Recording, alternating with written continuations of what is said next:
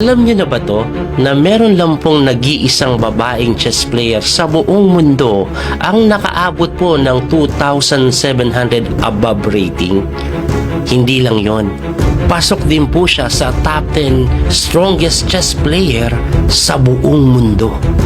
Walang iba po yan kundi si Grandmaster Judith Polgar ng Hungary. Siya po ay world champion sa babaeng division.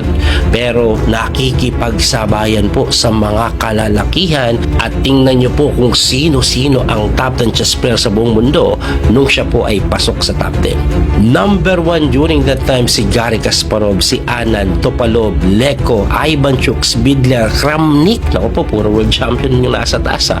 Polgar pang number 8. Si Bakrot, Aronian, ayan, at ayan pa yung top 20, oh. Tingnan nyo naman, ganyan po kalakas si Judith Polgar. At para patunayan sa inyo yung natatanging galing ni Judith Polgar, ipapakita ko po itong game niya kay former world champion Anatoly Karpov noong 2003. Siya po ay puti dito. Ang tinira niya po, D5, nag-sacrifice agad ng pawn. Pinapakain niya lang, oh. Pag kinapture mo kasi, may takes doon. So, ang pinaka-purpose niya, ina-atake niya yung kabayo na tumalon po sa may A5. Pagtalon sa A5, nag-knight E5, sumugod yung kabayo, hindi pa rin po dinidepensahan yung pawn kasi ganun pa rin, may bishop takes H7, bagsak rin na, kaya hindi nga tiniks yan, nag-bishop F6 lang.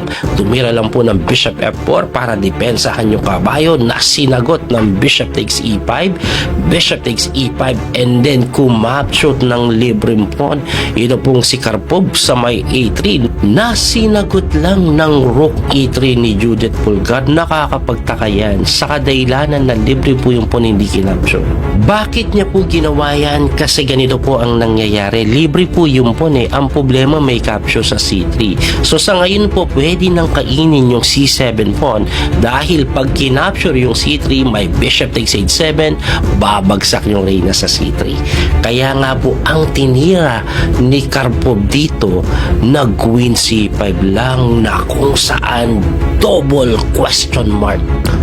Bakit? Dito nyo po makikita yung bangis ni Judith Polgar kasi nag-sacrifice po dito ng bishop agad-agad.